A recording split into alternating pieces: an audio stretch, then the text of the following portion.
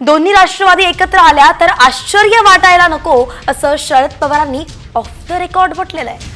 दोन्ही राष्ट्रवादी एकत्र येण्याबाबतचा निर्णय हा सुप्रिया सुळे आणि अजित पवारांनी घ्यायचा आहे असंही ते म्हणाले। तर मी आता निर्णय प्रक्रियेतून बाजूला झाल्याचंही त्यांनी स्पष्ट केलंय आणि म्हणून दोन्ही राष्ट्रवादी एकत्र येणार का अशा चर्चा आता रंगू लागल्या आहेत। शरद पवारांचं अत्यंत मोठं विधान आपण पाहतोय। खरं तर अजित पवार आणि सुप्रिया सुळेंच्या हातात आहे की आता दोन्ही राष्ट्रवादी पुन्हा एकत्र आणायच्यात का असं शरद पवारांनी म्हटलंय। निर्णय घेण्याच्या गोष्टीतून प्रक्रियेतून मी बाजूला झालोय असं पवारांनी स्पष्ट केलेलं आहे। नेमकं काय म्हणाले शरद पवार आपण ग्राफिक्सच्या माध्यमातून पाहूयात। दोन्ही राष्ट्रवादी एकत्र आल्यास आश्चर्य वाटणार नाही। एकत्र यायचं की नाही हे नव्या पिढीनं ठरवावं। दोन्ही बाजूचे लोकप्रतिनिधी नेते हे एकाच विचाराचे। पक्षात भाकरी फिरवण्याचा निर्णय जयंत पाटलांनी घ्यावा। मी आता निर्णय प्रक्रियेतून बाजूला झालेलो आहे।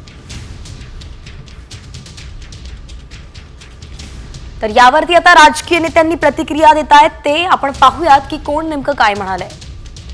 असं आहे की माननीय शरद पवार साहेबांनी जे काही वृत्तपत्राला जे त्यांनी इंटरव्ह्यूमध्ये जे स्टेटमेंट दिलं ते ठीक आहे, काही कार्यकर्त्यांनी आपली इच्छा व्यक्त केली असू शकते म्हणून त्यांनी तसं स्टेटमेंट दिलं असेल।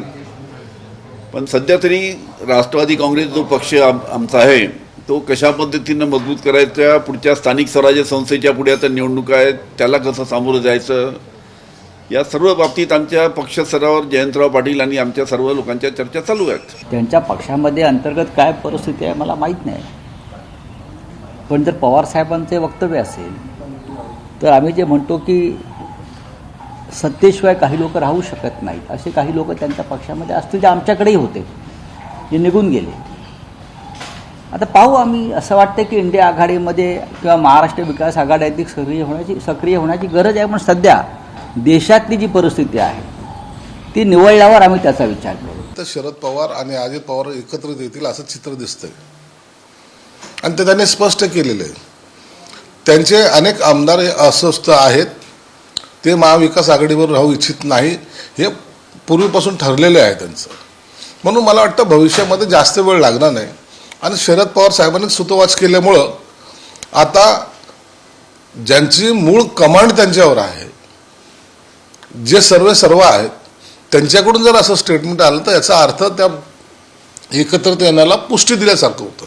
म्हणून आता इंडिया आघाडी तर राहिलेलीच नाही, परंतु हे महाविकास आघाडीचे जे काही बगलबच्चे होते, ज्यांना असं वाटत होतं की आम्ही काहीतरी करतोय, त्यांना सुद्धा ही एक चापराकच आहे।